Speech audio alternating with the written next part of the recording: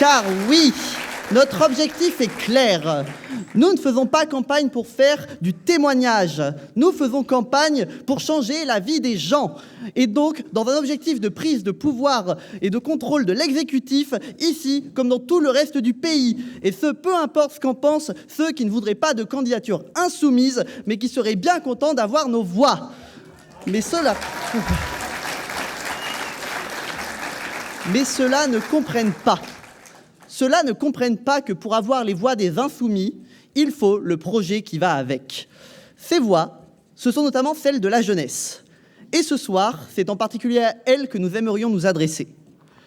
Les mois et années passées nous ont prouvé une chose. Aujourd'hui, c'est la jeunesse qui fait et qui défait les pouvoirs.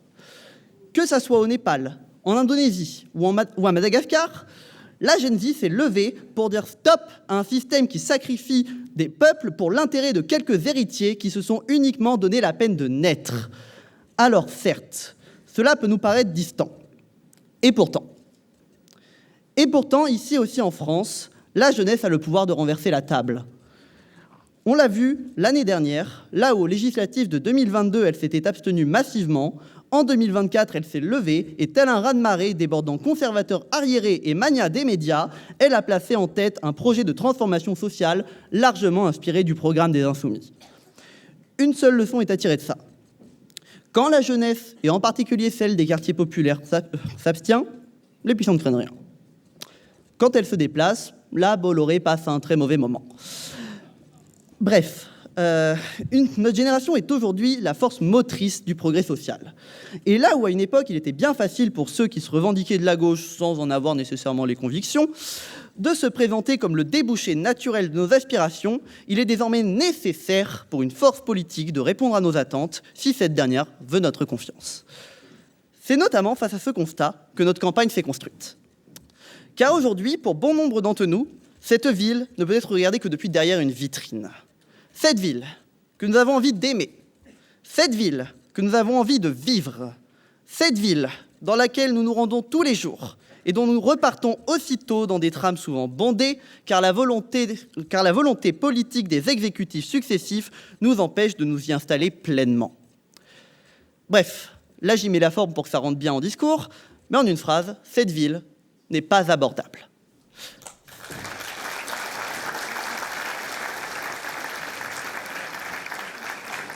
Cette ville n'est pas abordable et par conséquent, des milliers de jeunes comme nous sont condamnés à vivre en périphérie ou à galérer systématiquement pour trouver un appartement. Saviez-vous qu'un T1 à Bordeaux coûte à peu près 613 € par mois, là où les bourses à l'échelon maximal sont d'à peine 633 €, soit à peine 20 € de reste à vivre après le loyer. En partant du principe qu'il n'y a aucune charge, cela n'est pas vivable. Et encore, ça, c'est pour ceux qui ont la chance d'avoir un toit au-dessus de la tête. La gauche radicale bordelaise a pendant des années été moquée. De toute façon, Bordeaux est une ville bourgeoise, un bastion, qui tiendrait trop à son chiffre d'affaires pour réellement être solidaire. Mais l'incroyable Thomas Sankara a un jour dit qu'il fallait faire un choix entre du champagne pour quelques-uns et de l'eau potable pour tous. Bordeaux est aujourd'hui face à un choix similaire. Voulons-nous d'une ville dans laquelle il est impossible de se loger? Voulons-nous d'une ville où les jeunes sautent un repas sur deux, tout en se tuant à la tâche pour survivre pendant leurs études? Voulons-nous d'une ville dans laquelle se déplacer est déjà source d'angoisse au vu des coûts financiers que cela représente? Ou alors voulons-nous d'une ville qui garantit la dignité et des conditions de vie correctes pour toutes et tous? Voulons-nous d'une ville accessible, où nous ne posons pas la question de s'il est possible de se déplacer d'un bout à l'autre, mais juste de si la valise est prête? Et surtout, voulons-nous d'une ville dans laquelle ne serait-ce qu'une seule personne qui dort à la rue est déjà considérée comme une injustice insoutenable, qui doit être corrigée en lui donnant un toit? Oui, je pense qu'on veut de cette ville-là, et avec nous, cette ville-là verra le jour.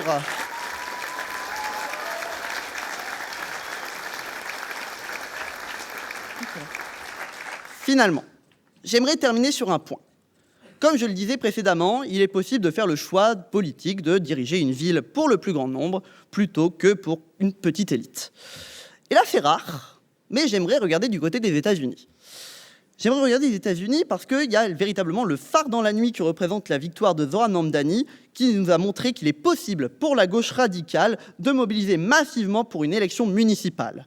Si cela est évidemment fait pour un projet visant à améliorer drastiquement la vie des habitantes et habitants. Et c'est pour cela que nous vous appelons à nous rejoindre pour nous aider dans cette quête. Comme à New York, battre tous les pronostics et mettre en avant ce projet. Et pour cela, on aura besoin de chaque personne ici présente souhaitant la victoire de nos idées.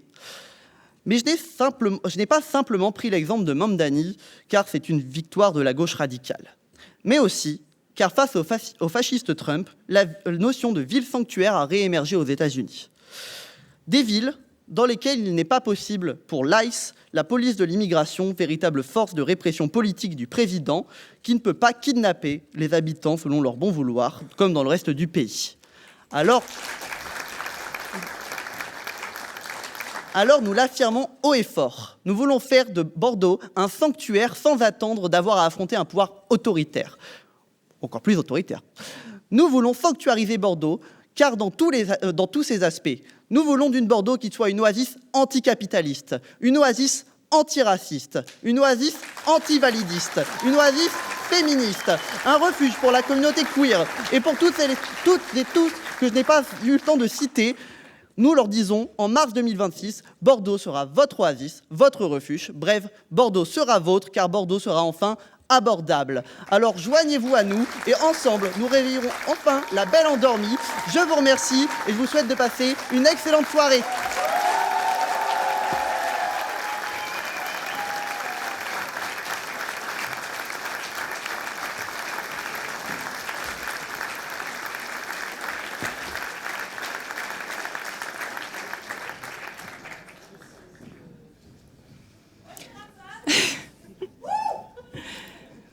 La ville sanctuaire que ma camarade Lucina vient de mentionner, ce n'est pas qu'un slogan que nous souhaitons crier sur les toits de la mairie de Bordeaux. Ce n'est pas qu'un nom que nous souhaitons imprimer sur son ponton. La ville sanctuaire, c'est un projet, c'est un programme, celui de la France Insoumise de Bordeaux que nous, militantes et militants, s'assurons de porter aux côtés de notre tête de liste Nordine Raymond.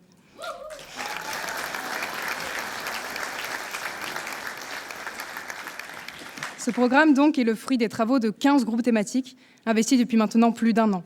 Après des journées entières et parfois des nuits de recherche, de consultation, que ce soit des ressources de l'Avenir en commun, de l'Institut La Boétie, du groupe parlementaire Insoumis, sans oublier celles de nos militantes et militants locaux, voici donc le résultat.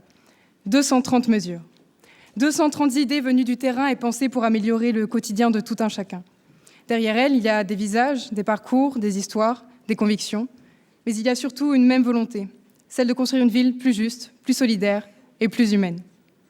Ce soir, nous ne pourrons vous présenter le programme dans son entièreté, au risque de recevoir une amende pour dépassement du temps d'occupation de la salle, mais nous souhaitions tout de même en discuter ici et aborder quelques grands axes de la campagne municipale insoumise. C'est pourquoi nous invitons à nous rejoindre Lucie Aymon, co-tête de liste de la France Insoumise de Bordeaux, ainsi que Lucille Berthomé et Victor Besse, binôme programme de la France Insoumise de Bordeaux.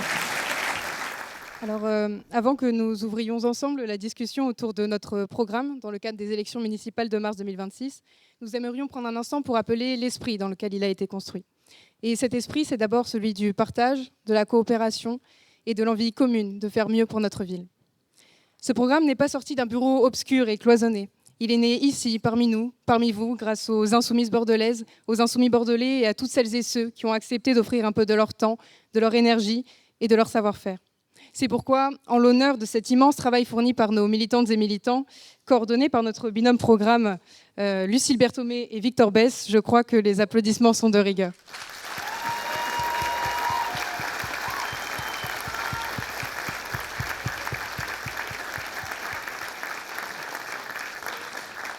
Alors, avant d'entrer dans le vif du sujet, il serait intéressant d'en avoir une vision globale. Il s'agit de la première fois que la France Insoumise candidate à Bordeaux sous son étiquette propre aux élections municipales. C'est donc une expérience nouvelle pour nous. Lucille, Victor, vous avez la charge de la coordination des groupes thématiques et du programme. Pourriez-vous nous expliquer concrètement comment est-ce qu'il a été construit ? Alors, tu as rappelé une bonne partie des éléments de construction de ce programme.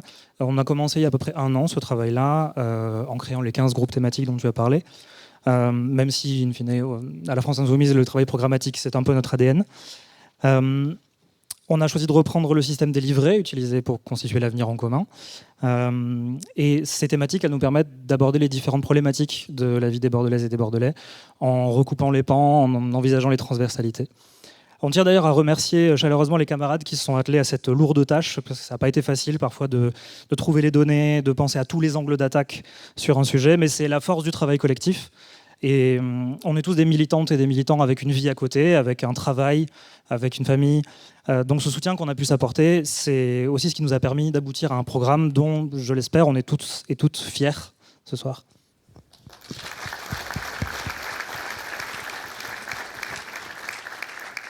Donc ce programme que nous vous présentons ce soir, on l'a travaillé longtemps avec beaucoup d'entre vous qui êtes là ce soir.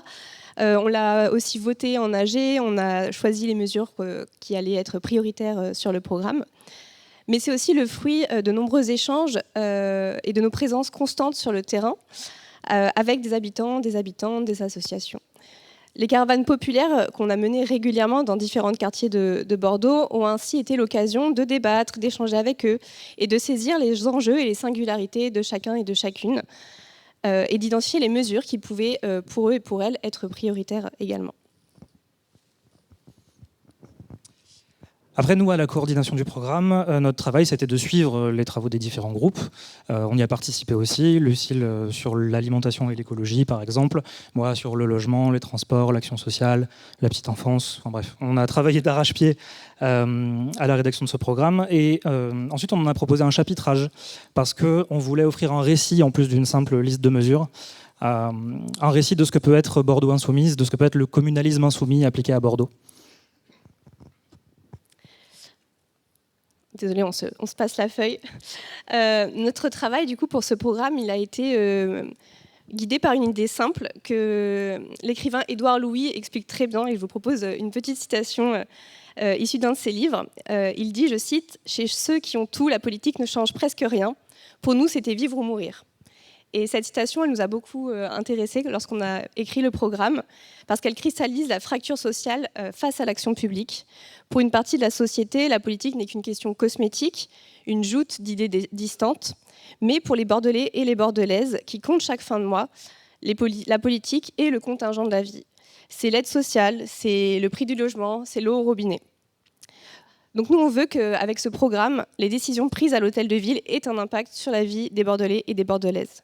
C'est pourquoi, face à ce désenchantement général envers une politique perçue comme lointaine et inefficace, le communalisme insoumis est notre manière de redonner corps aux politiques.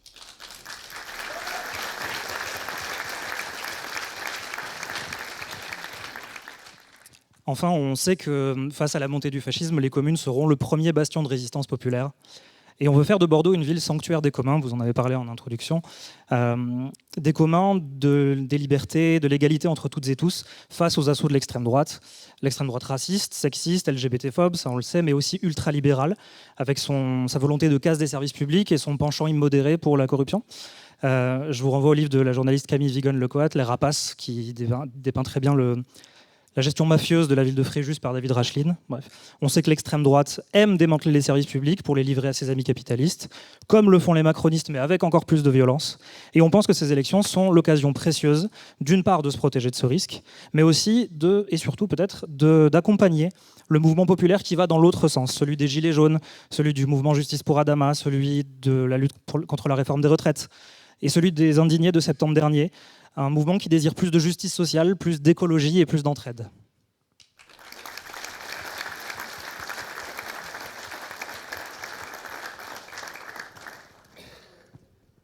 Voilà, merci beaucoup pour cette explication effectivement sur la méthodologie. Nous allons maintenant rentrer dans le vif du sujet. Alors pour ce faire, voici notre première question. Donc, comment allez-vous rendre Bordeaux abordable? Comment réparer à l'échelle de la commune les dégâts de 9 ans de macronisme et de 40 ans de public néolibéral? Alors d'abord, il faut partir d'un constat, c'est que la ville néolibérale, c'est un couloir où l'on va d'espace payant en espace payant. C'est devenu presque anormal de simplement passer du temps dans la rue sans aller consommer quelque chose ou accéder à un lieu qui ne requiert pas de ticket. Désormais, même à l'intérieur de chez soi, La question du prix est une source d'inquiétude pour beaucoup de gens. Les loyers sont inabordables, ou alors c'est un poste de dépense écrasant dans le budget. Les prix de l'énergie ont explosé, l'attente pour un logement social est interminable, ou alors on préfère s'accrocher à un logement insalubre à cause de l'impossibilité d'en chercher un autre, faute d'un dossier suffisant, qu'on soit au chômage, au RSA ou à la hache par exemple. Nous voulons d'une ville où chacun peut se loger dignement. Pour ça, nous mettrons de l'ordre dans le marché du logement, d'une part en fortifiant l'encadrement des loyers par la mise en place de contrôles réguliers et de dispositifs d'aide aux locataires pour faire valoir leurs droits. Un rapport de la Fondation pour le logement a récemment démontré que 25% des loyers bordelais sont hors des clous de l'encadrement des loyers. C'est inacceptable et les locataires doivent être défendus dans le rapport de force désavantageux face aux propriétaires.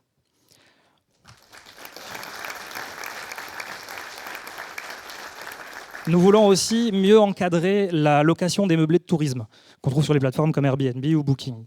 Parce qu'il est intolérable que Bordeaux devienne une ville vitrine où les logements sont réservés aux touristes quand tant d'hommes, femmes et enfants dorment à la rue. D'autant que ces services font concurrence au secteur hôtelier, donc il est absurde de laisser proliférer cet usage de logement quand on en voit tous les coûts indirects pour la collectivité. In fine, ce que nous voulons, c'est fluidifier le marché du logement pour défaire la situation de blocage actuelle. On rappelle qu'en France, 50% des logements sont détenus par 3,5% des propriétaires. Et donc nous voulons permettre à beaucoup de gens d'être propriétaires de leur logement plutôt qu'à un petit nombre de posséder le logement des autres. On veut donc utiliser tous les leviers disponibles, tous les dispositifs à notre portée pour opérer ce changement. Le bail réel solidaire qu'on veut étendre en densifiant sa mise en place dans les zones tendues, centrales, dont on veut instaurer un quota minimum dans les constructions neuves. Expérimenter aussi le bail réel solidaire d'activité pour les locaux commerciaux et professionnels, pour favoriser le commerce et l'industrie indépendants. Le permis de louer qu'on veut étendre à toute la ville, pour ne plus laisser louer des logements insalubres. Et enfin, et peut-être surtout, nous ne voulons plus d'une ville qui laisse les gens à la rue. Donc nous avons conçu un plan sur la précarité qui prévoit l'ouverture de places d'hébergement d'urgence et pérennes par divers moyens, comme la réquisition de logements vacants, de biens sans maître, l'utilisation du droit de préemption de la mairie pour augmenter la part du foncier municipal et créer des structures de logement social de divers types et établies dans tous les quartiers pour casser la ségrégation spatiale qui existe entre les quartiers riches et les quartiers populaires.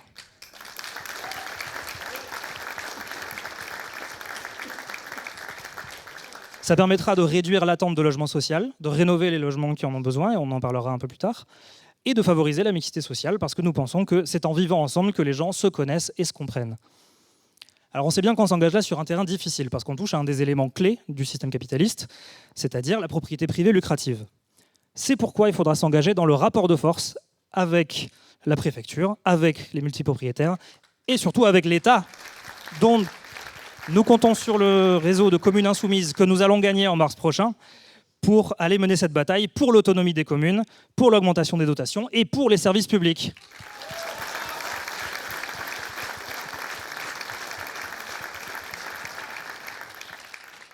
À ce titre, sur la question des biens communs, nous prenons également acte du constat qui a été dressé notamment par Victor Castanet dans son livre « Les ogres » et pour lequel la ministre Aurore Bergé s'était rendue coupable de faux témoignages, à savoir la question des méfaits des crèches privées. On rappelle aussi qu'on doit la libéralisation du secteur des micro-crèches à la sinistre Nadine Morano, donc ça nous donne une idée de la qualité de la politique qui a été proposée sur le sujet depuis 20 ans.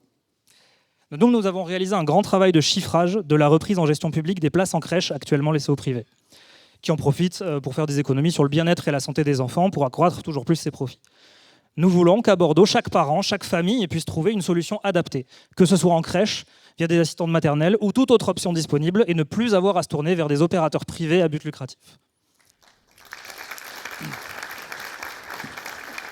Nous proposerons aussi un service d'accompagnement à la parentalité pour aider les jeunes parents à faire face aux difficultés qui peuvent accompagner l'arrivée d'un enfant, l'isolement, la précarité, mais aussi les difficultés psychologiques que cela peut causer. On sait que le suicide est la première cause de mortalité chez les jeunes mères en France, et à tout cela, la commune peut et doit apporter des réponses humaines de proximité. Enfin, et on aura l'occasion de développer plus tard sur la question plus large de la gratuité, mais nous voulons étendre le domaine des communs et de la gratuité en ville. Et pour ça, nous déplorons progressivement la gratuité des services, en priorité à celles et ceux qui en ont le plus besoin. Nous créerons donc, entre autres, une carte famille monoparentale qui donnera accès à la gratuité de nombreux services, car on sait à quel point élever seul un enfant peut être un défi. Nous voulons d'une ville qui distribue réellement de chacun selon ses moyens, à chacun selon ses besoins.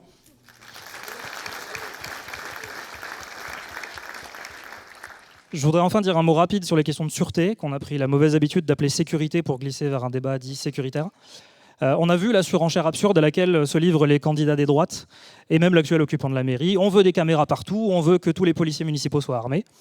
Ce n'est pas notre façon d'envisager la sûreté, que d'armer les policiers municipaux pour qu'ils fassent le travail de la police nationale. Les budgets du ministère de l'Intérieur ne font qu'augmenter. Nos ministres successifs, tous plus droitiers les uns que les autres, agitent les bras en brassant de la peur. Mais localement, la police nationale se désengage et c'est la police municipale qui doit faire leur boulot. Nous voulons des effectifs pour la police municipale, mais nous ne voulons plus d'armes. Ce n'est pas en armant tout le monde qu'on fait baisser le niveau de violence, au contraire. Nous voulons une police municipale de proximité, avec de l'îlotage, avec une présence régulière et surtout avec des médiateurs sociaux pour désamorcer les situations avant qu'elles ne deviennent violentes.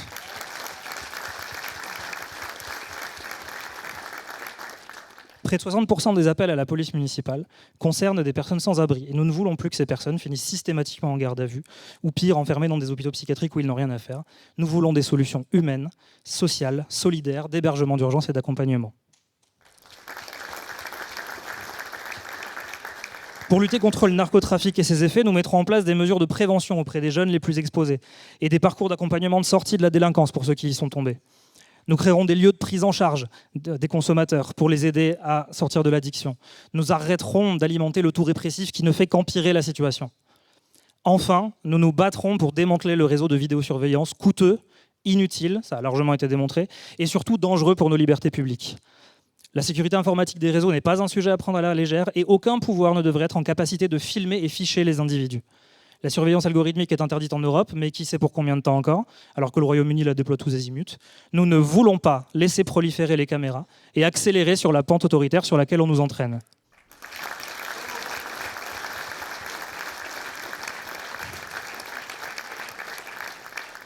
Pour résumer, un Bordeaux abordable, c'est avant tout un Bordeaux solidaire, sûr, où l'on prend soin de toutes et tous, à tous les âges et dans toutes les conditions.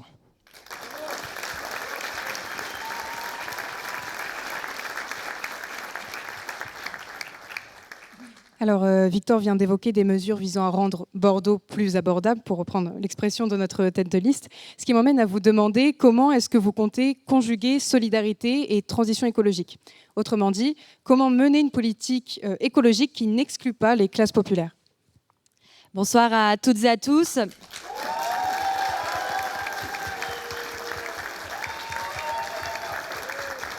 Avant de répondre à la question, je voulais tout d'abord vous remercier d'être présents nombreuses et nombreux ce soir pour notre meeting de lancement.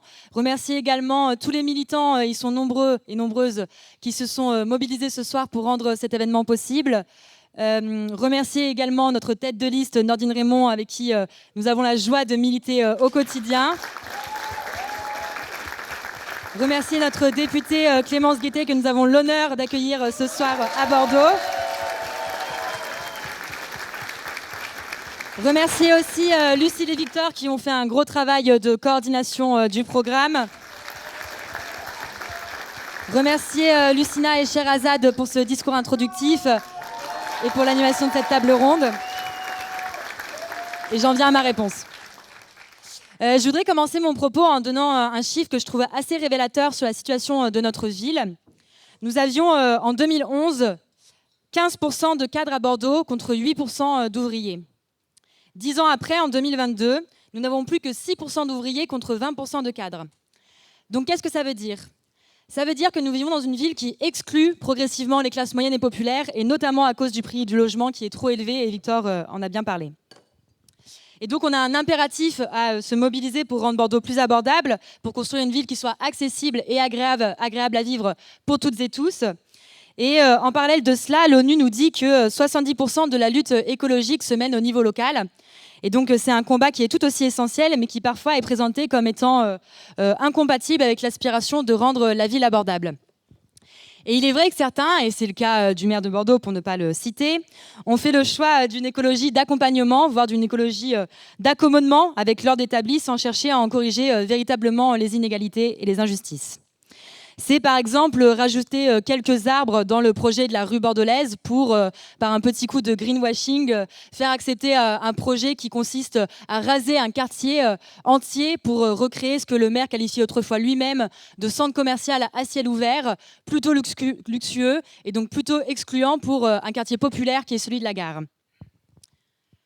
Une écologie d'accompagnement, voire de l'exclusion parfois, à laquelle nous souhaitons opposer une écologie populaire, une écologie qui donne de nouveaux droits et qui améliore dès maintenant le confort et la qualité de vie de tous les Bordelaises et les Bordelais.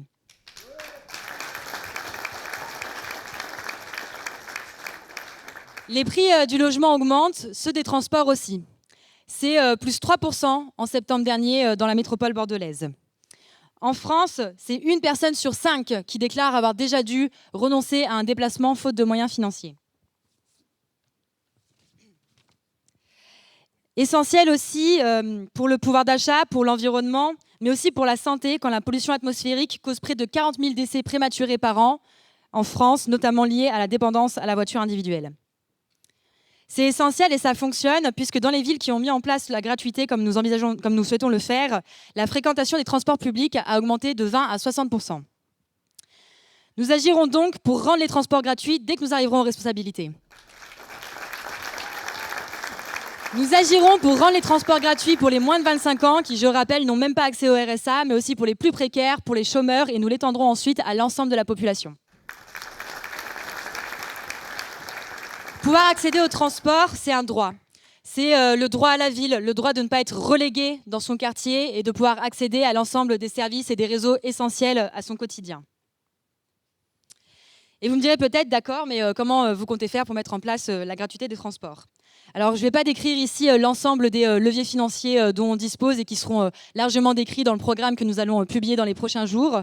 Mais une des mesures prioritaires pour aller vers la gratuité des transports, c'est de reprendre ce secteur essentiel des mains du marché. Aujourd'hui, nous avons dans la métropole un groupe privé, Keolis, qui gère les transports en commun. Et rien qu'en 2022, ce sont 3 millions d'euros d'argent public qui sont passés directement de la poche des contribuables vers la poche des actionnaires de Keolis. Eh bien, c'est autant d'argent que nous pouvons reprendre en créant une régie publique des transports qui soit gérée démocratiquement, qui respecte les travailleurs et les travailleuses et qui a pour objectif premier non pas de faire du profit sur nos vies, mais bien de répondre aux besoins des Bordelaises et des Bordelais.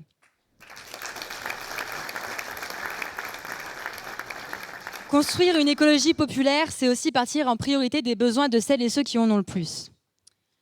Pendant que nous subissions cet été un record de température avec 42 degrés mesurés dans la métropole bordelaise, un Bordelais sur 3 vivait dans un îlot de chaleur urbain. Et ce sont les mêmes classes populaires qui souffraient cet été dans des logements bouilloires qui souffriront à nouveau du froid cet hiver. On a aujourd'hui 1 Français sur 2 qui dit avoir du mal à payer ses factures d'énergie. 11 millions de précaires énergétiques, c'est-à-dire des personnes qui n'arrivent pas à se chauffer correctement en hiver à cause de prix de l'énergie trop élevés et de logements mal isolés.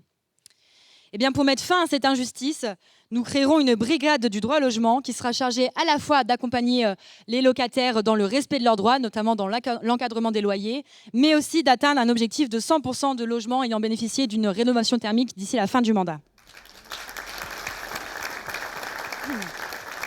Et ça passera également par la rénovation des bâtiments municipaux, notamment les écoles. Les personnes qui ont souffert de la chaleur cet été et qui souffrent plus largement d'un cadre de vie dégradé au quotidien, ce sont aussi les personnes qui vivent dans des quartiers sururbanisés. Et je voulais en dire un mot, puisque nous sommes ce soir dans un quartier qui est concerné par ce problème, le quartier Euratlantique. Et je voulais dire tout notre soutien aux collectifs qui se mobilisent pour l'arrêt du béton dans son quartier.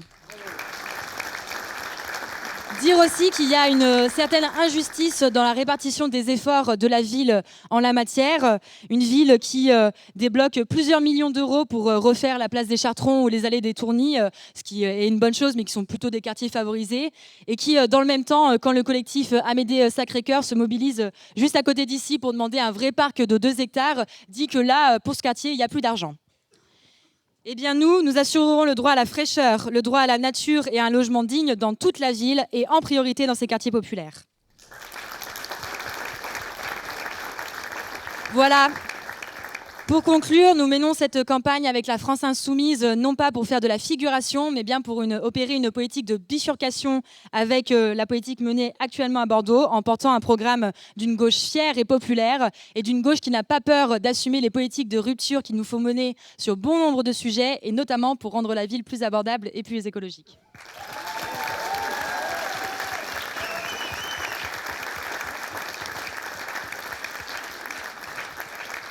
Nous approchons donc de la dernière question. Nous avons parlé des transports gratuits. Quand nous en avons parlé, les bienfaits de cette mesure ont été rappelés. Et nous aimerions justement nous attarder sur ce point. Qu'est-ce que signifie de mener une politique d'écologie populaire à l'échelle communale ? Alors, vaste question, je vais essayer de vous expliquer en tous les cas comment nous, on l'a envisagé dans le programme avec Victor et puis avec vous toutes et tous qui étiez avec nous au quotidien. Alors pour nous, l'écologie populaire, et ce qu'on a cherché à faire dans le programme, c'est une écologie, c'est l'idée qu'on ne peut pas défendre le vivant si on laisse de côté la justice sociale. Et l'alimentation, à notre sens, c'est probablement l'endroit où ça se voit le mieux. Manger, c'est un besoin vital, c'est pas un marché. C'est un droit fondamental qui, aujourd'hui, n'est plus garanti. Actuellement, en France, 32% des Français vivent l'insécurité alimentaire. Et ici, sur notre territoire, plus de 200 000 personnes sont également touchées par cette précarité. Donc cette réalité n'a rien d'inévitable. Elle vient d'un système qui laisse l'agro-industrie décider de la qualité de ce qu'on mange et du prix que les gens doivent payer pour cela. Nous, on a considéré que l'écologie populaire, c'était une écologie de rupture, qu'on devait passer d'un dispositif d'aide alimentaire qui ne garantit ni le choix, ni la qualité, ni la dignité, à un véritable droit à l'alimentation. Et pour ça, on propose un outil central, la sécurité sociale de l'alimentation.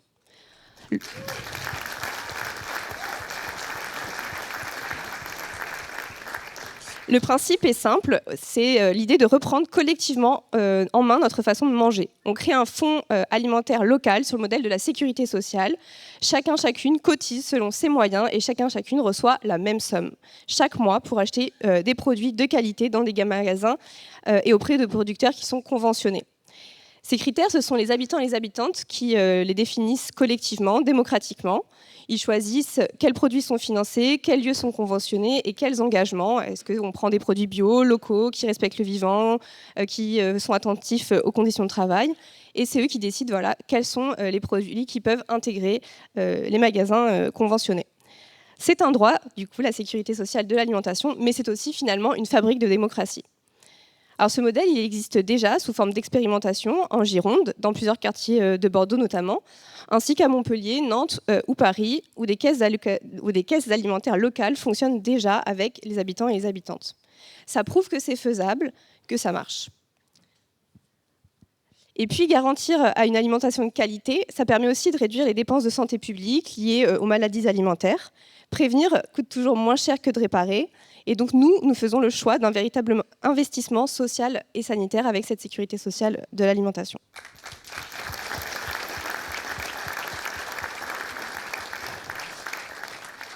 Et puis il y a cet autre constat dont on aurait aimé se passer.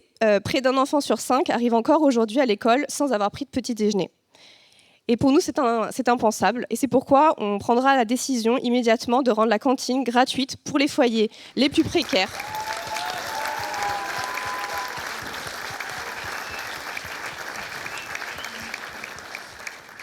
Mais une assiette ne se résume pas à être pleine. Elle doit être aussi, à notre sens, saine, locale, bio, inclusive et respectueuse de toutes et tous.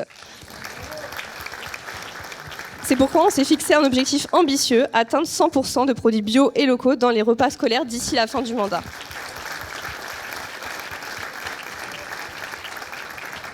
On s'inspire en ce sens de l'exemple de Mons-Sartoux dans les Alpes-Maritimes qui a déjà réussi à passer ses cantines en 100% bio grâce à une régie agricole municipale qui relocalise la production.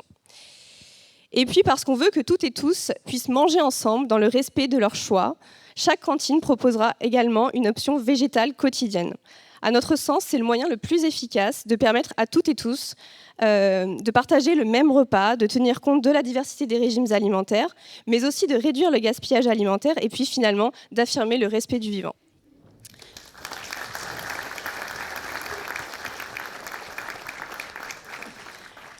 Enfin, pour renforcer le maillage social, on créera des épiceries solidaires anti-gaspi dans tous les quartiers de Bordeaux, en lien avec des associations, des coopératives et des producteurs locaux.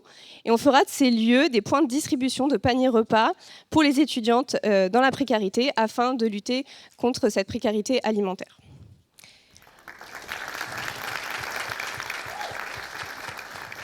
Donc, on l'aura compris, pour nous, l'écologie populaire, c'est garantir un droit à l'alimentation, comme un droit à la ville dont parlait Lucie tout à l'heure. Mais ce droit, il restera fragile tant que nous resterons dépendants de circuits longs, vulnérables et polluants. Nous devons donc reconstruire notre souveraineté alimentaire.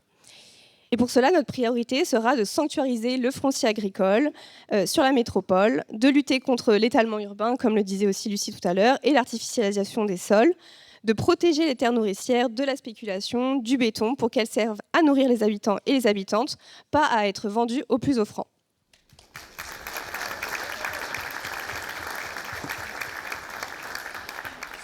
Et donc l'idée, c'est de relocaliser réellement notre alimentation par la commande publique, par le soutien direct aux producteurs et par la structuration de filières courtes.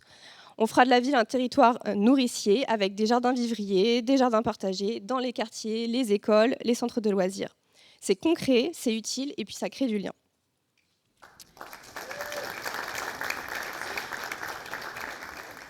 Donc ce projet alimentaire, c'est un projet de transformation profonde, un projet de bifurcation.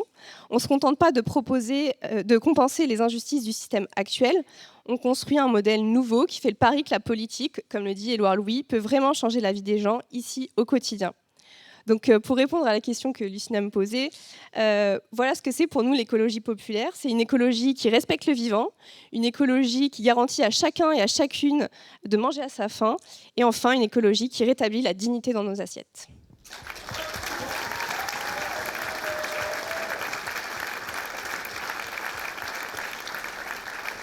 Merci à vous pour votre présence et pour la richesse des échanges que nous venons d'avoir. Je vous prie de bien vouloir les applaudir. Lucie Aymon, Victor Bess et Lucille Berthomé. Cette table ronde que nous venons d'avoir a montré à quel point les enjeux municipaux sont vastes, concrets, et à quel point il est urgent de les traiter. Bien sûr, nous n'avons pu aborder l'ensemble des sujets sur lesquels la France Insoumise de Bordeaux travaille depuis plusieurs mois. Il y a encore de nombreux thèmes que nous avons investis qui mériteraient de pareilles discussions.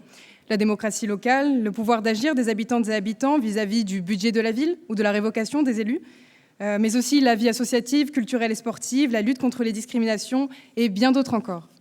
Tant d'enjeux qui seront évidemment partie prenante de notre projet de refonte pour la ville. C'est pourquoi nous tenons à vous informer qu'une version complète et détaillée de notre programme sera bientôt mise en ligne sur notre site lfibordeaux.fr. Vous y retrouverez l'ensemble de nos diagnostics, nos propositions et nos priorités. Ce programme, nous voulons continuer à le construire avec vous. Notre ville a besoin d'habitantes et d'habitants qui s'impliquent, qui proposent, qui s'organisent. C'est pourquoi, si vous souhaitez rejoindre le travail programmatique, donner votre avis, apporter vos compétences ou participer à nos actions militantes sur le terrain, sachez que nos portes sont grandes ouvertes. Le changement se fera avec vous et grâce à vous. J'en profite pour vous rappeler que la prochaine assemblée municipale de la France Insoumise de Bordeaux se tiendra le lundi 15 décembre à 19h, ici même, la salle municipale Sonnetais. Sachez également que vous pouvez soutenir notre campagne en faisant un don de montant libre que vous pourrez déposer dans la boîte dédiée au fond de la salle. Merci encore et à très bientôt, nous l'espérons, dans nos groupes d'action, nos réunions et nos mobilisations.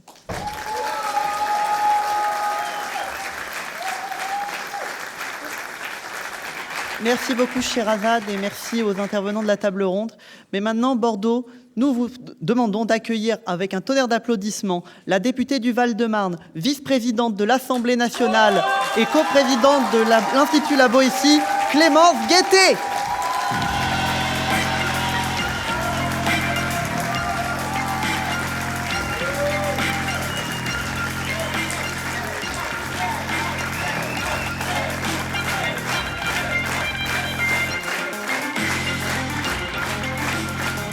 Bonjour tout le monde, merci beaucoup pour votre accueil super chaleureux. C'est très émouvant de vous voir aussi nombreux et nombreuses. Et comme traditionnellement, mais c'est indispensable, si on est aussi nombreux et nombreuses, c'est parce qu'il y a des militants qui ont bien fait leur travail, qui sont allés sur des marchés, qui ont fait des porte-à-porte. Donc bravo à vous pour cette mobilisation exceptionnelle à Bordeaux. Et puis merci aux camarades du service d'ordre, à celles et ceux qui font la technique ce soir pour que cet événement puisse se dérouler comme ça. Je suis très contente de revenir à Bordeaux, vous le savez, ou vous le savez peut-être pas d'ailleurs, mais c'est un lieu qui m'est familier.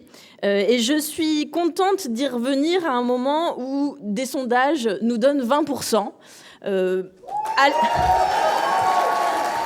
À l'époque où je suis venue très régulièrement, on faisait un petit peu moins de 20%, donc je vous assure que c'est vraiment exceptionnel. Donc bravo pour ce beau début de campagne et cette belle mobilisation à vous.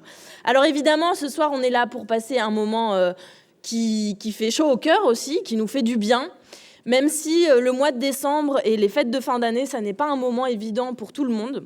D'abord, sur le plan matériel, évidemment, parce que c'est un moment où il fait froid et donc où celles et ceux qui vivent dans des logements passoires thermiques ont le plus froid de l'année. Évidemment, l'été à 42 degrés, ça a été évoqué dans la table ronde, c'est pénible aussi. Mais donc là, en ce moment, il fait froid. Et puis, c'est un moment où les fêtes de fin d'année approchent, où les gens savent que pour beaucoup d'entre eux, ils ne pourront pas faire de cadeaux.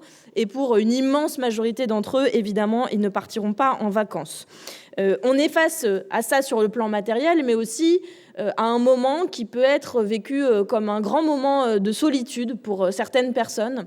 Et donc j'ai été très sensible au discours qui a été développé avant par les camarades qui sont montés sur scène pour dire que notre volonté aussi dans cette campagne municipale, c'est de se tenir chaud les uns les autres, mais de lutter contre cette épidémie de solitude et de faire en sorte que les villes insoumises, elles soient conviviales, elles soient chaleureuses, que plus personne ne soit laissé sur le côté. Alors, ça c'est pour la majorité. C'est une période difficile, mais évidemment, ça n'est pas une période difficile pour tout le monde. Nous avons des actionnaires du CAC 40 qui se réjouissent du record de dividendes qu'ils vont pouvoir toucher en 2025. Vous avez des grands patrons qui se réjouissent à l'avance du bonus de fin d'année qu'ils vont toucher. Et puis, vous avez les patrons des géants du numérique qui savent que pour les gens qui ont les moyens d'acheter des cadeaux, ça va faire des ventes records à nouveau chaque année. Donc, les fêtes de fin d'année, ce n'est pas la fête pour tout le monde. Et c'est à nouveau un moment où la lutte des classes s'exprime à son plus haut niveau et où, en fait, les 1% se gavent sur le dos des 99% qui trinquent. Et nous... En ce moment, avec mes collègues parlementaires, je vois Mathilde Feld et Loïc Prudhomme au premier rang et je vous demande de les applaudir très fort.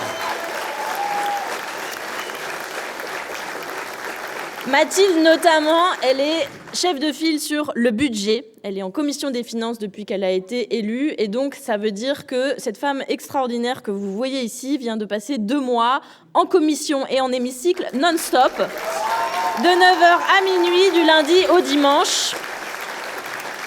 Alors, on est évidemment pas là pour se plaindre, hein, on l'a choisi, cette vie-là, mais c'est un moment particulièrement désagréable parce que, bon, entre nous, on est contents, mais enfin, il y a quand même beaucoup de gens qu'on n'a pas envie de côtoyer pendant 2 mois non-stop, de 9h à minuit, tous les jours, du lundi au dimanche. Et puis parce qu'on assiste à un budget, un examen budgétaire qui est particulièrement écœurant cette année. Hier encore, on était dans l'hémicycle pour le budget de la sécurité sociale et où réellement on assiste à une union idéologique du Parti socialiste par la Macronie jusqu'à la droite et parfois jusqu'à l'extrême droite. Un budget qui est austéritaire comme jamais. Alors je sais que, y compris nous, sur le plan sémantique, on se sent un peu désarmé parce que tous les ans on dit austéritaire comme jamais. Malheureusement, c'est vrai. Il y a des coupes dans des budgets indispensables comme ça n'a jamais été le cas jusqu'à présent. Et donc c'est un budget d'horreur qui attaque tous les pans de la vie quotidienne des Français. Sur le logement, par exemple, les APL doivent baisser. Sur l'apprentissage, c'est la suppression des 4000 postes de profs. Sur la santé, où là, c'est carrément massacre à la tronçonneuse avec le doublement des franchises médicales, la limitation des arrêts maladie, bref, moins de moyens de se soigner. Et puis des petites, vous savez, des petites pointes de mesquinerie par là-dessus, comme si ça ne suffisait pas, comme par exemple la fin de la prime de Noël pour les allocataires du RSA. Mais pour les riches, là aussi, ça va plutôt bien, finalement.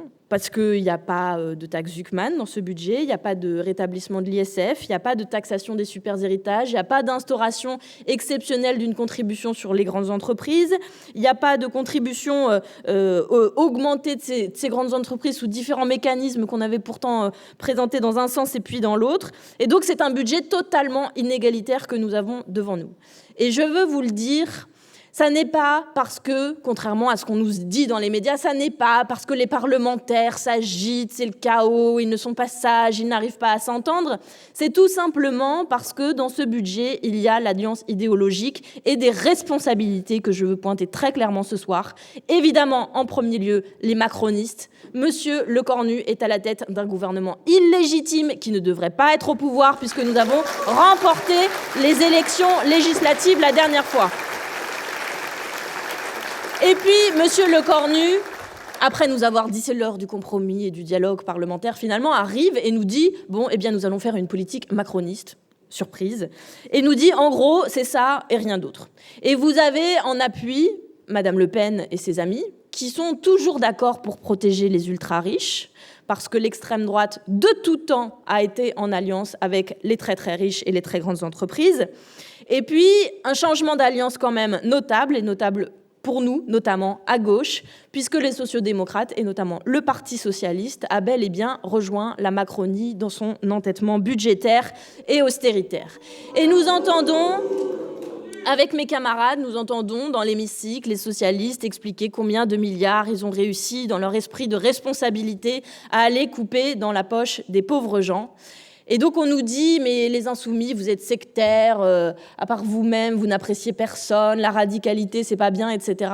Sauf que chaque amendement que nous défendons, chaque ligne budgétaire sur laquelle nous nous battons de toutes nos forces, c'est parce que nous savons qu'il y a des vies derrière. Et que non, ça n'est pas anodin d'aller piocher 1 milliard par-ci, 400 millions par-là. Et que donc, nous nous battons pied à pied, parce que c'est le mandat qui nous a été confié aux dernières élections législatives pour lutter contre ce budget de malheur.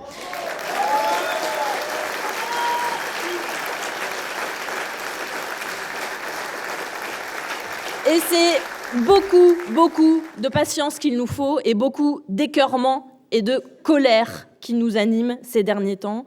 Donc je vous le dis, nous n'avons rien à voir avec ce cirque, ces négociations de couloir, les invitations à Matignon dans les salons dorés de monsieur Lecornu pour trouver un accord de coin de table pour se demander si c'est aux pauvres ou aux très pauvres que nous allons prendre de l'argent. Les insoumis ne prennent pas part à ces magouilles. Cette fois-ci, ils ne prendront jamais part à ces magouilles-là.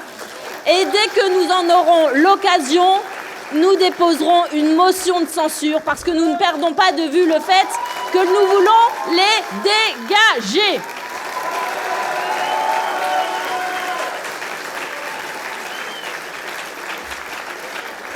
Tout ça est d'autant plus affligeant qu'en réalité, c'est une très mauvaise comédie. Parce que les macronistes connaissent l'entêtement dans la politique macroniste et ne connaissent que la brutalité vis-à-vis du Parlement. Non, ce n'est pas l'heure de la grande gloire parlementaire et de la grande discussion parlementaire. Ce budget, d'une façon ou d'une autre, sera passé en force par monsieur Lecornu parce qu'il n'a pas de majorité à l'Assemblée nationale. Et donc, ils vont trouver un moyen, soit par le dépassement des délais constitutionnels, vous le savez peut-être, il y a 50 jours pour le projet de loi de la sécurité sociale, 70 jours maximum pour le budget de l'État, et que très dangereusement, nous arrivons très proche de cette échéance parce que le gouvernement a été nommé trop tard et qu'il nous a donné le budget 2 semaines trop tard et parce que la ministre tient à nous répondre point par point sur tous les micro-détails du monde pour perdre du temps dans le débat parlementaire tous les jours et nous empêcher in fine de voter.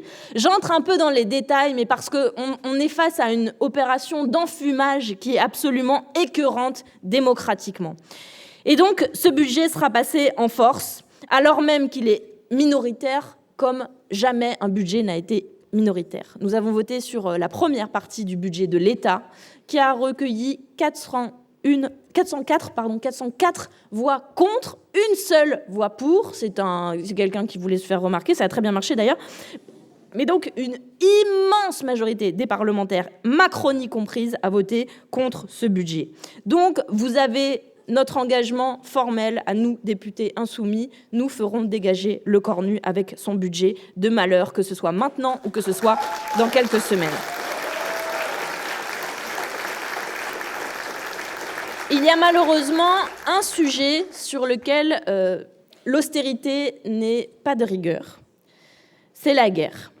Pour le budget militaire, il y a de l'argent. On a trouvé finalement de l'argent. Avec un budget qui est historiquement haut, Monsieur Lecornu a annoncé 6 milliards supplémentaires pour le budget de la défense. Et le front de l'air est extrêmement sécuritaire, extrêmement réactionnaire et extrêmement belliciste.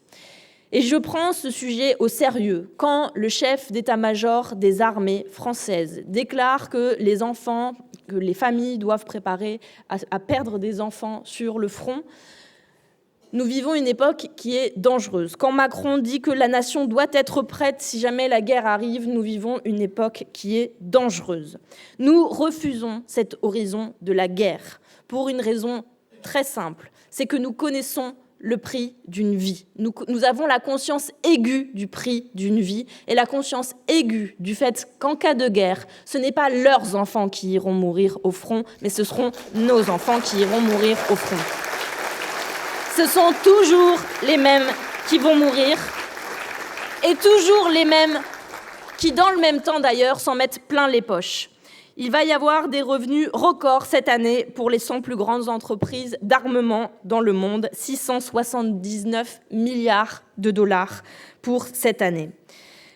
Et Jaurès disait déjà, il y a très longtemps, que le capitalisme porte en lui la guerre comme la nuée porte l'orage. C'est plus vrai que jamais, les camarades. Et donc, quand on est une force anticapitaliste sérieuse, il faut nous opposer de toutes nos forces à la guerre et dire que nous la refusons, que nous ne voulons pas être partie prenante de leurs engrenages et de leurs surenchères mortelles.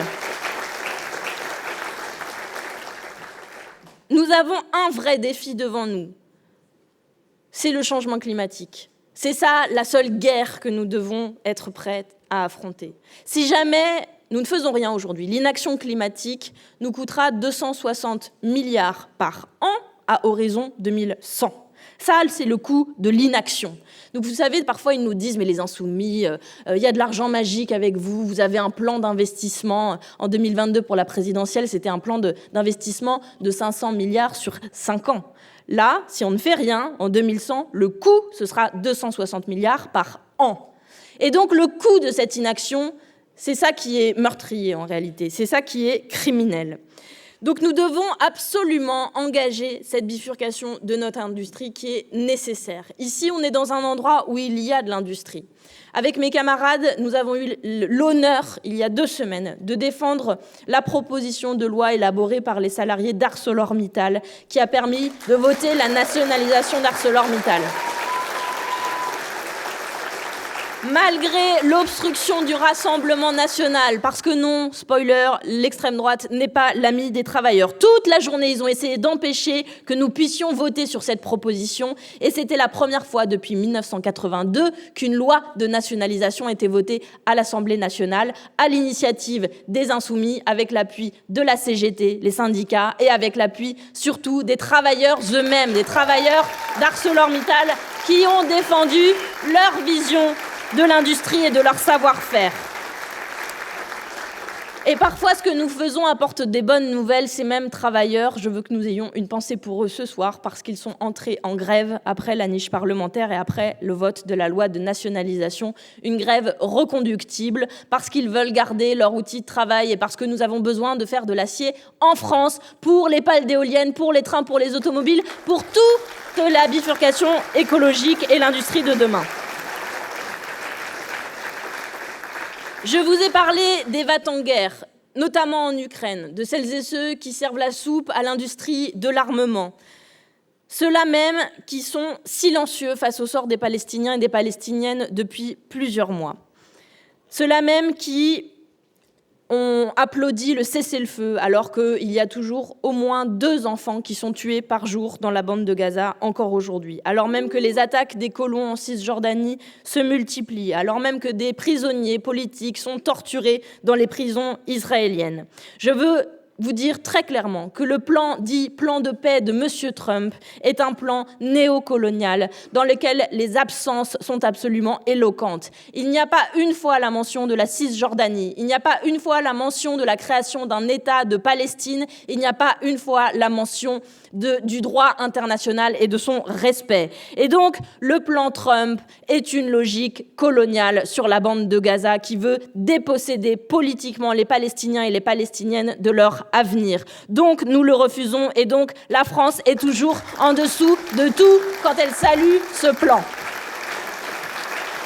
Comme vous, j'ai honte depuis 2 ans, j'ai honte que nous n'ayons pris aucune sanction économique, j'ai honte que Macron ait mis 2 années à reconnaître l'État de Palestine, j'ai honte que la France ait laissé Netanyahou, criminel, poursuivi par la Cour pénale internationale, survolé par 2 fois notre espace aérien. J'ai honte et dans le même temps, je sais que ici, à Bordeaux, comme ailleurs, des camarades, des gens qui parfois n'avaient jamais manifesté sont la fierté de l'humanité qui relève la tête pour défendre les Palestiniennes et Palestiniens et pour dire non au génocide à Gaza en manifestant toutes les semaines s'il le faut et nous continuerons de le faire.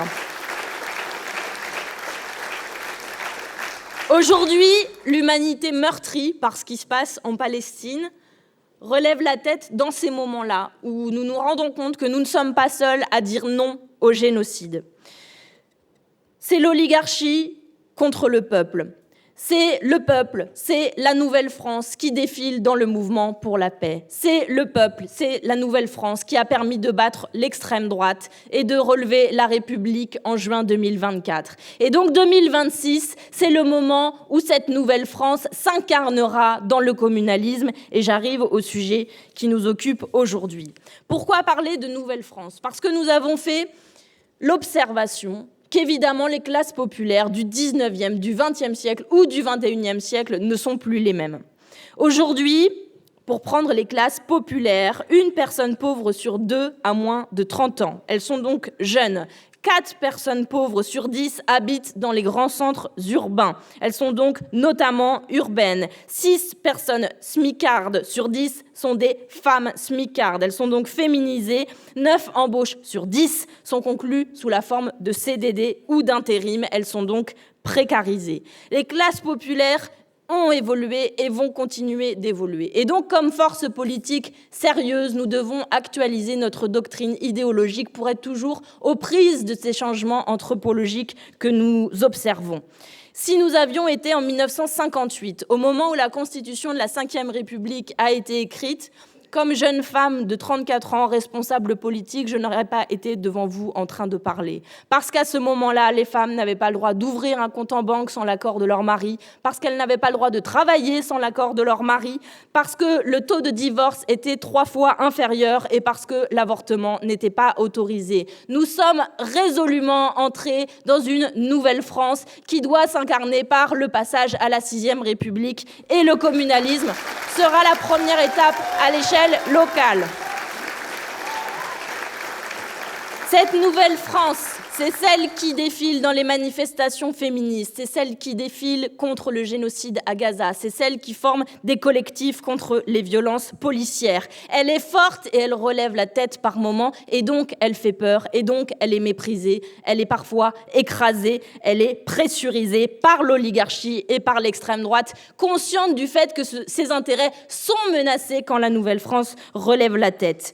Cette nouvelle France-là, quand elle est pressurisée, elle entre notamment dans ce qu'on peut appeler une grève civique. Au 2e tour des élections municipales à Bordeaux en 2020, il y a eu 60% d'abstention, et notamment chez les classes populaires. Et donc c'est votre mission numéro 1, les camarades, les militants, et celles et ceux qui sont venus nous écouter ce soir, c'est de faire entrer dans l'action politique des gens qui aujourd'hui en sont éloignés, en sont dégoûtés. C'est ceux-là que nous devons viser pour mars 2026.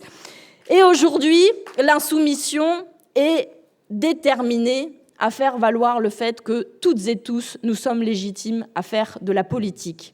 Je veux dire mon dégoût et ma colère quand j'ai appris que Pierre, qui est ici au premier rang, avait fait l'objet de haine et de harcèlement antisémite. Je veux dire mon dégoût et ma colère quand j'ai vu que Nordine Raymond, tête de liste, ici à Bordeaux, avait fait l'objet de haine, d'harcèlement racistes, notamment sur les réseaux sociaux, mais qui finissent toujours par se traduire dans la vraie vie. Et donc, en notre nom à toutes et tous, je veux dire haut et fort que nous ne baisserons pas les yeux ni devant les intimidations ni devant les menaces, et que oui, des femmes, des ouvriers, des salariés, des personnes racisées, des personnes LGBTI vont être candidates et candidats pour l'insoumission, pour les élections municipales. Et que les puissants peuvent trembler parce qu'ils et elles sont notre force et notre espoir. Et que oui, à Bordeaux, notre candidat pour les élections municipales de mars 2026 s'appelle Nordine Raymond et que c'est notre fierté.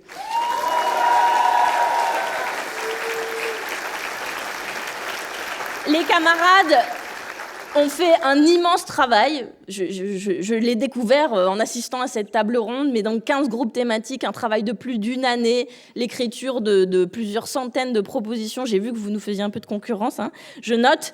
Mais donc, vous êtes archi prêts sur le plan programmatique. Nous l'avons dit sous la forme d'un livre doctrine, le communalisme insoumis, ce sera notre vision pour 2026. Ça veut dire que nous voulons lutter contre les injustices et les inégalités qui se propagent à l'échelon local en priorité. L'échelon local, c'est celui de la ségrégation sociale et de la ségrégation spatiale. Ségrégation sociale, j'ai lu par exemple qu'il y a 30 fois plus de logements vacants que de personnes sans abri à Bordeaux.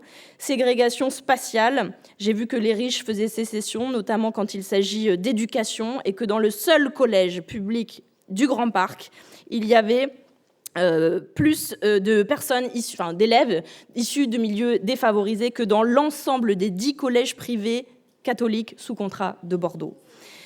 Et que pourtant, ils accueillent 10 fois plus d'élèves, 11 fois plus d'élèves. Donc, ségrégation spatiale, ségrégation sociale. Et pourtant, les communes, comme ailleurs, mais tout particulièrement les collectivités locales, sont sous le coup d'une austérité sans précédent, contre laquelle nous nous battons aussi dans ce budget, l'austérité pour les collectivités locales, ce qui menace des maillons essentiels de la chaîne de solidarité. Je pense par exemple à la protection de l'enfance pour le département de la Gironde. J'ai vu que les personnels, les associations s'étaient mobilisés dans une manifestation devant le conseil départemental et je leur dis bravo parce qu'il va nous falloir pour chaque secteur, pour chaque sujet, pour chaque chaînon essentiel de la solidarité locale, nous battre de toutes nos forces. Et c'est pour ça que c'est aussi important de remporter des mairies, parce que nous allons faire en sorte que la vie change à l'échelon local. Ça a été dit, je crois que le chiffre c'était 70% du changement en matière écologique pouvait se faire au niveau local. Nous allons en finir avec les fins de mois impossibles et nous ferons pour ça la cantine gratuite, les transports en commun accessibles, la fin des coupures d'eau et d'énergie. Nous allons faire la société de l'entraide, développer des épiceries solidaires, faire la carte des familles monoparentales, faire en sorte que les gens ne dorment plus à la rue dans un pays aussi riche que le nôtre. Faire la bifurcation écologique des régies publiques, mais aussi la démocratie à l'échelon local avec le RIC municipal par exemple, mais aussi la révocation des élus. Vous pouvez nous élire en toute confiance. Si vous n'êtes pas satisfait, vous pourrez nous révoquer. Et donc ce communalisme insoumis va s'incarner très concrètement dans des possibilités qui s'ouvrent à nous, qui ont été donc travaillées en détail par les camarades avec vos quartiers, la vie locale, les possibilités précises ici. Et c'est tout un horizon qui s'ouvre pour nous. Et vous avez la chance ici d'avoir Nordine Raymond comme tête de liste. Je dis vous avez la chance. Je ne suis absolument pas objective puisque c'est mon ami, mais donc vous devrez prendre pour argent comptant ce que je vous raconte. Vous avez de la chance parce que Nordine sait d'où il vient et que dans ces cas-là, on sait toujours mieux où on va et qu'il va vous emmener. Donc vous irez ensemble, les camarades, conquérir une commune insoumise de plus. Je vous laisse avec Rosa Luxembourg qui a dit « Tout un vieux monde pourri doit être anéanti et tout un nouveau monde doit être construit ». Ici, comme partout, c'est vous qui êtes en train de bâtir ce monde nouveau. Et la Nouvelle-France va balayer les baronnies, quelles qu'elles soient. Je vous souhaite de toutes mes forces, je reviendrai vous aider si vous le désirez, que en mars, Bordeaux soit insoumise. Bravo à vous les camarades. Et je vous demande d'accueillir Nordine Raymond, tête de liste candidat à Bordeaux.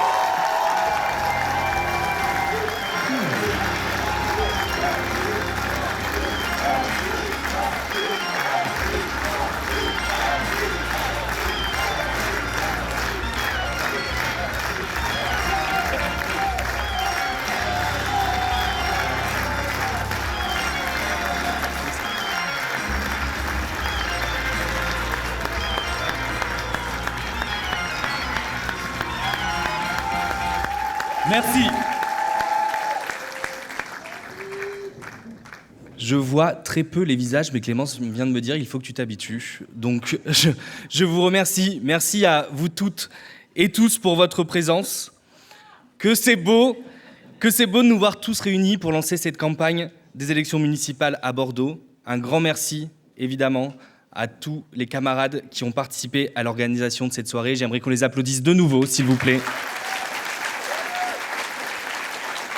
Merci aux camarades du service d'ordre d'assurer qu'on puisse exprimer nos idées en sécurité. Un merci aussi aux jeunes insoumis pour leur présence et pour leur participation à notre lutte commune. Je tiens à saluer la présence de 2 députés girondins, dont un député de la circonscription, puisque c'est ta circonscription, Loïc Prudhomme et Mathilde Feld. Saluer la présence de camarades chefs de file que je vois devant moi dans la métropole et avec qui j'aurai sans doute l'honneur très vite d'aller à leur meeting de lancement. À saluer la présence aussi de camarades, j'ai vu des camarades de Périgueux, des camarades de Charente-Maritime, avec qui j'ai mené des luttes, des camarades de Paris, et on m'a même dit qu'il y avait un camarade de Marseille.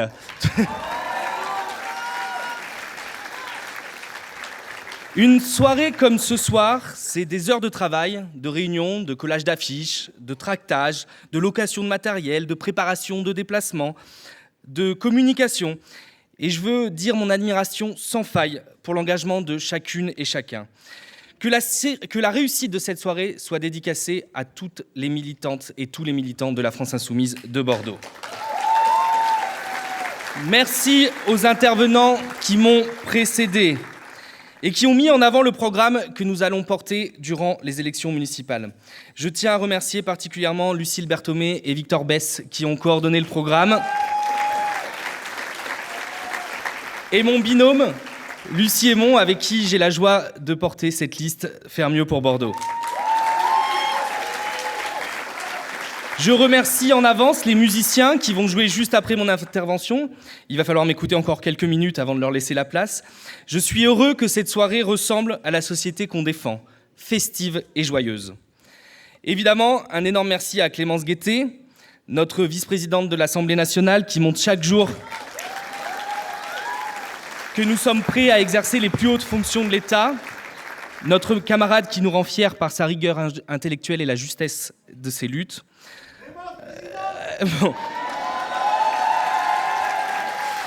Mon ami, et pendant que tu parlais, je pensais à ces mots d'une chanson qu'on aime écouter ensemble. On peut définitivement vivre sans richesse, mais jamais sans tendresse.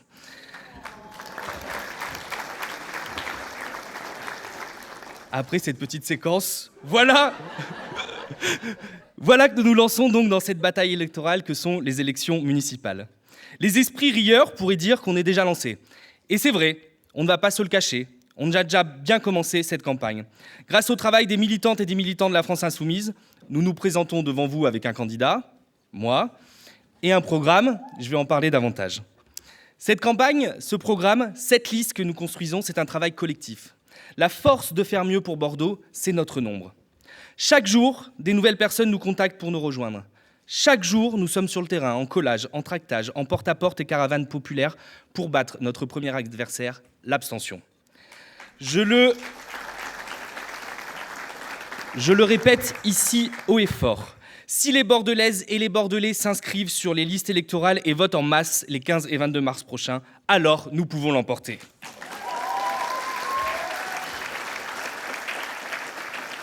La campagne de terrain s'annonce décisive et il n'y a pas de petite action. Chaque affiche collée, chaque tract distribué, chaque discussion entreprise nous rapproche un peu plus de la victoire. Nous sommes prêts pour convaincre les Bordelaises et les Bordelais que l'heure est venue de tout changer dans cette ville afin de la rendre plus juste, plus solidaire, plus écologiste. En un mot, nous voulons rendre Bordeaux abordable.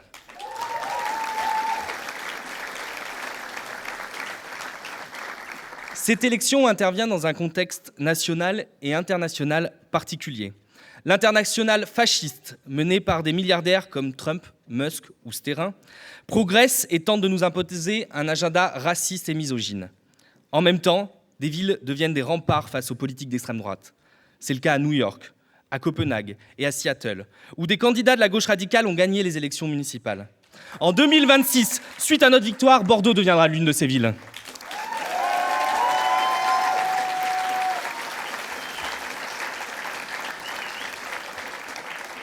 Nous, les Insoumis, nous avons un défaut, nous nous présentons toujours aux élections avec un programme complet. À Bordeaux, comme ailleurs, il est le résultat d'un long processus de rencontres, d'échanges, de débats. Vous le savez, notre ville s'est considérablement enrichie grâce à l'esclavage et à la colonisation. Ce passé, nous ne devons ni le nier, ni l'oublier. Nous renforcerons le travail de mémoire sur ces héritages, toujours présents dans notre ville. Bordeaux doit faire la paix avec son histoire pour devenir une ville d'égalité et de justice pour toutes et tous. Nous nous engageons pour que Bordeaux soit une ville de paix. Et je vous le dis ici, si je suis élu maire de cette ville, le premier courrier que je rédigerai sera celui où j'expliquerai au maire d'Ashdod, ville coloniale israélienne avec laquelle nous sommes jumelés, que nous cessons tout lien avec elle immédiatement.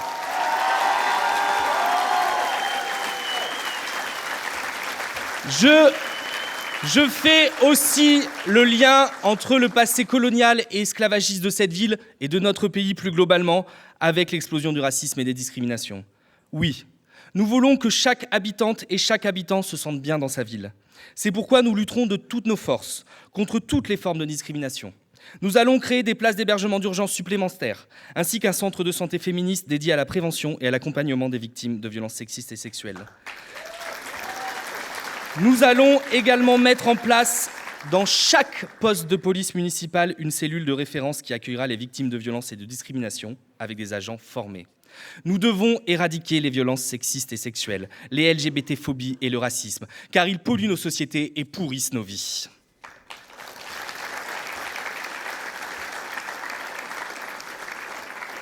Sur le plan national, la Macronie agonisante nous impose toujours plus de casse sociale et d'appauvrissement de la société.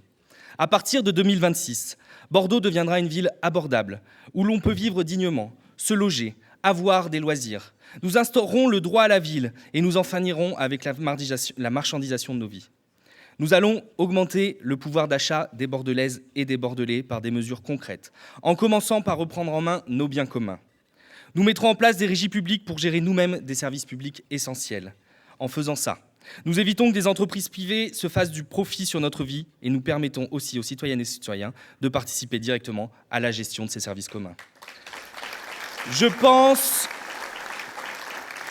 pense particulièrement aux crèches pour sortir nos gamins du marché, aux déchets pour défendre les droits des travailleurs de ce métier pénible et mettre en place les 32 heures, aux pompes funèbres pour créer une tarification sociale et arrêter les inégalités jusque dans la mort de nos proches, aux transports pour aller vers la gratuité totale à la fin du mandat, en commençant par les jeunes et les plus précaires immédiatement.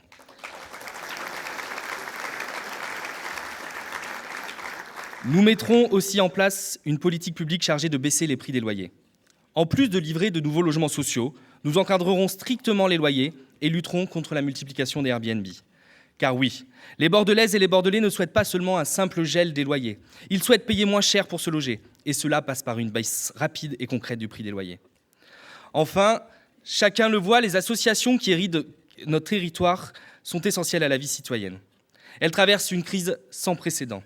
Selon les chiffres annoncés par le département de la Gironde, au bord d'une possible mise sous tutelle, près de 100 millions d'euros devront être économisés sur 3 ans. Dans le même temps, les dotations de l'État aux collectivités diminuent fortement et la mairie de Bordeaux reste spectatrice. Tandis que nombre d'associations s'épuisent en silence, parfois au seuil de l'asphyxie. Nous devons donc redoubler d'efforts pour les soutenir, nous organiser collectivement pour exiger davantage de l'État et repenser en profondeur l'attribution des subventions. Il n'est pas acceptable que dans cette ville, près de 30% du budget culturel soit consacré à l'opéra, une institution qui ne touche qu'une partie limitée de la population. Nous porterons la métropolisation de son financement afin de redonner de l'oxygène au tissu associatif et artistique bordelais. Les associations sont essentielles pour tenir debout une société que certains s'acharnent à diviser. Elles prennent aussi en charge des rôles que les pouvoirs publics délaissent. À l'heure où je parle, près de 2000 personnes vont de nouveau dormir dans la rue dans la métropole bordelaise. Il faut d'urgence réquisitionner les logements vacants pour loger tout le monde. Alors, je sais d'avance, et j'y suis préparé, que certains vont nous expliquer, notamment dans les débats que j'aurai à faire, que c'est impossible. Vous savez, les sachants, ceux-là même qui sont en capacité de s'indigner fortement, les gens importants, nous diront « Mais comment réquisitionner des biens vacants ? Vous ne pourrez pas le faire, c'est impossible, vous êtes populiste. » Alors, on va leur expliquer clairement ce qu'on va faire. Déjà, notre patrimoine municipal inoccupé sera immédiatement réhabilité pour accueillir toutes les personnes à la rue et de manière inconditionnelle. Ensuite, nous demanderons au service de la mairie de faire une étude précise et complète des biens inoccupés privés ainsi que de la raison de leurs vacances. Si ces biens sont inoccupés depuis longtemps, alors nous les réquisitionnerons. Si ces biens sont inoccupés parce que les propriétaires attendent le rebond du marché, ce qui est en train de se passer actuellement à Bordeaux, alors nous prendrons un arrêté de réquisition aussi. Et si la préfecture refuse, nous ferons quelque chose de très simple. Le maire de Bordeaux et l'entièreté de son conseil municipal ira ouvrir les portes lui-même, scellées, pour loger des personnes dans des biens privés. Parce que ce qui est impossible pour nous, c'est nos gosses qui dorment à la rue. Et justement, je voudrais vous en dire un mot parce que une campagne, vous le savez, c'est des moments de joie, comme ce soir, des moments d'échange et d'enrichissement, mais c'est aussi des rencontres avec des collectifs et des associations qui font un travail formidable avec si peu de moyens. Et des rencontres qui prennent parfois particulièrement aux tripes. Il y a quelques jours, j'ai rencontré le collectif des enfants mal logés. Depuis septembre 2024, des dizaines de parents d'élèves se sont mobilisés pour faire face à ces situations inhumaines. L'an dernier, grâce à leur lutte acharnée, ils ont réussi à mettre à l'abri une cinquantaine de familles. Ils tiennent à jour une liste anonymisée des enfants qu'ils accompagnent ainsi que leurs conditions de vie. Ils me l'ont transmise et j'aimerais vous en lire quelques extraits. Dans les écoles de Bordeaux-Centre, il y a par exemple cette famille de 2 parents et de 2 enfants qui dorment à la rue dans un lieu inconnu. Dans une école de Bordeaux-Sud, là où nous sommes, il y a cette maman et son enfant qui dormaient dans une tente derrière la gare et dont la tente a été incendiée. Dans une école de Bordeaux-Sud toujours, il y a cette maman et son enfant qui est suivie par le CHU pour diabète et obésité, qui vit dans un squat où il n'y a ni eau chaude ni chauffage. Je ne parle pas de chiffres, je ne parle pas de statistiques, je parle de vie humaine, de personnes réelles, qui vivent avec nous tous les jours, qui partagent cette ville. Voilà ce qui est impossible pour nous, de laisser des enfants, des familles, des femmes et des hommes crever de froid et de faim.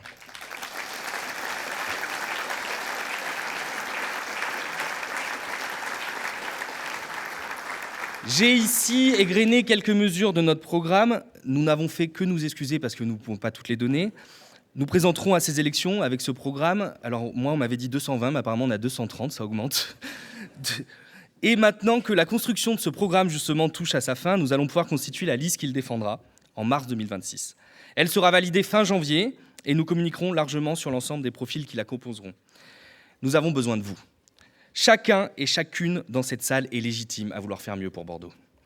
Nous ne nous présentons pas à cette élection pour devenir des bons petits gestionnaires, pour établir des baronnies locales ou encore faire de la figuration. Nous abordons cette élection avec la volonté de tout changer, de rendre le pouvoir aux Bordelaises et aux Bordelais, de faire de l'écologie une priorité absolue, mais jamais contre les habitantes et les habitants. Le défi que nous nous fixons est ambitieux. Empêcher l'extrême droite de faire son entrée au Palais Rohan, faire perdre les 50 nuances de macronisme et être en tête de la gauche le soir du premier tour.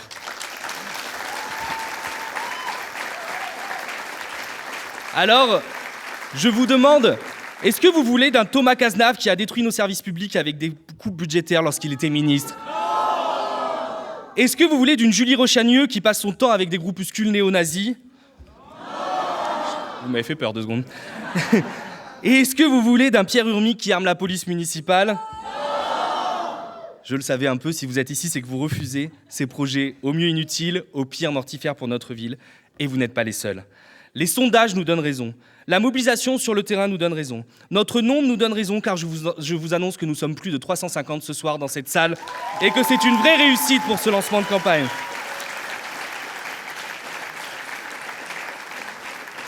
Voilà donc la fin de mon intervention et je ne dérogerai pas à la règle de la petite lecture. Cette fois, j'ai fait le choix d'une lecture et non pas d'une citation. La lecture que je veux vous faire, c'est un texte, c'est la déclaration faite par les communards après avoir pris l'hôtel de ville de Paris. La Commune de Paris, c'est ce moment de l'histoire de notre pays où le peuple, uni et fier, a repris une ville pour mettre en place une politique sociale et démocratique, une ville qui soit non plus seulement au service des riches, mais de toutes et tous. Et leur déclaration, c'était, je lis, « Ne perdez pas de vue que les hommes qui vous serviront le mieux sont ceux que vous choisirez parmi vous, vivant de votre propre vie, souffrant des mêmes maux. Défiez-vous autant des ambitieux que des parvenus. Les uns comme les autres ne consultent que leur propre intérêt et finissent toujours par se considérer comme indispensables. Défiez-vous également des parleurs, incapables de passer à l'action. Ils sacrifieront tout à un discours, à un effet oratoire ou à un mot spirituel. Évitez également ceux que la fortune a trop favorisés, car trop rarement, celui qui possède la fortune est disposé à regarder le travailleur comme un frère. Voilà la liste Faire mieux pour Bordeaux. Une liste claire, cohérente et tournée vers l'action. Les 15 et 22 mars, ce sera bien plus qu'une élection municipale. Ce sera un véritable choix de société entre des projets totalement opposés pour notre ville. Nous avons une ambition claire, faire mieux pour Bordeaux afin de tout changer. Les 15 et 22 mars prochains, placez-nous en tête pour faire mieux pour Bordeaux. Vive la Nouvelle-France, vive la République et vive la Commune!